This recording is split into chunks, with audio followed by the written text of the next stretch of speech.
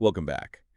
We're always looking through the AI agent store for those tools that are uh, really tackling the tough workflow bottlenecks. Absolutely. It's become such a go-to for finding open source solutions that solve very, very specific professional needs.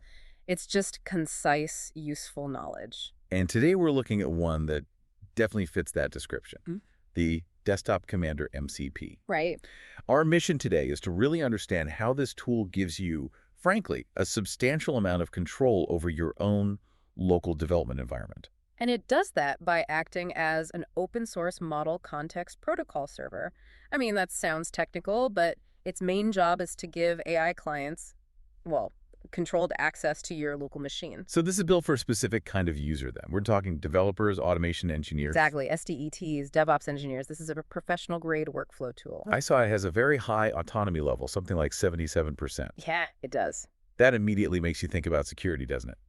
Giving an AI that much freedom on your machine sounds risky. It would be, but that's the whole point of the MCP architecture. That autonomy only happens within very defined security boundaries. It can execute code, yes, but it's sandboxed. So what's the other 23%? That's the human guardrail. It's explicitly reserved for oversight. The system guarantees that sensitive operations, especially anything touching the network or core system files, need to follow preset rules or, get a sign-off. Okay, so let's get into the technicals. The most powerful features seem to be around process management. Oh, absolutely. The ability to run long-running terminal commands and actually stream the output back is a game changer. So you can run a complex build or a test suite. Right, through an AI chat interface. And not have to babysit the terminal window to see what's happening. You got it. It's about interactive session management, not just fire and forget commands. And this precision, this surgical control, it extends to the file system too. It does. I mean, you get all the full file system operations you'd expect. Reading, writing, moving files, listing directories. The basics, sure.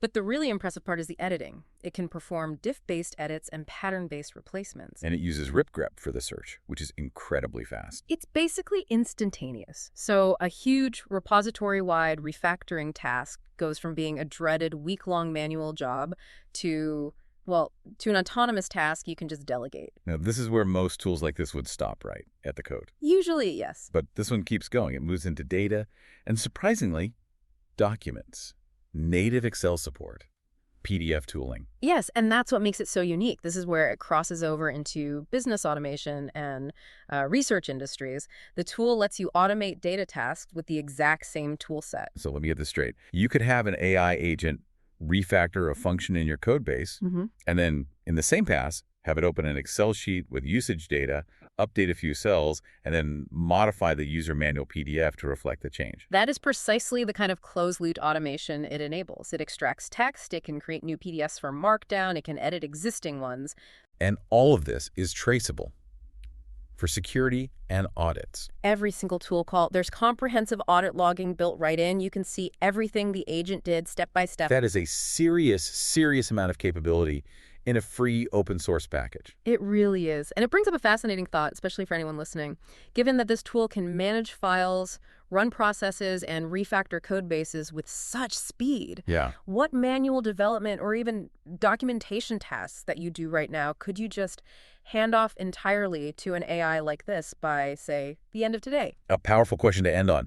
If you want to explore the Desktop Commander MCP for yourself, you can find all the details at aiagentstore.ai. Thanks for tuning in with us today, and we'd love it if you'd rate the show.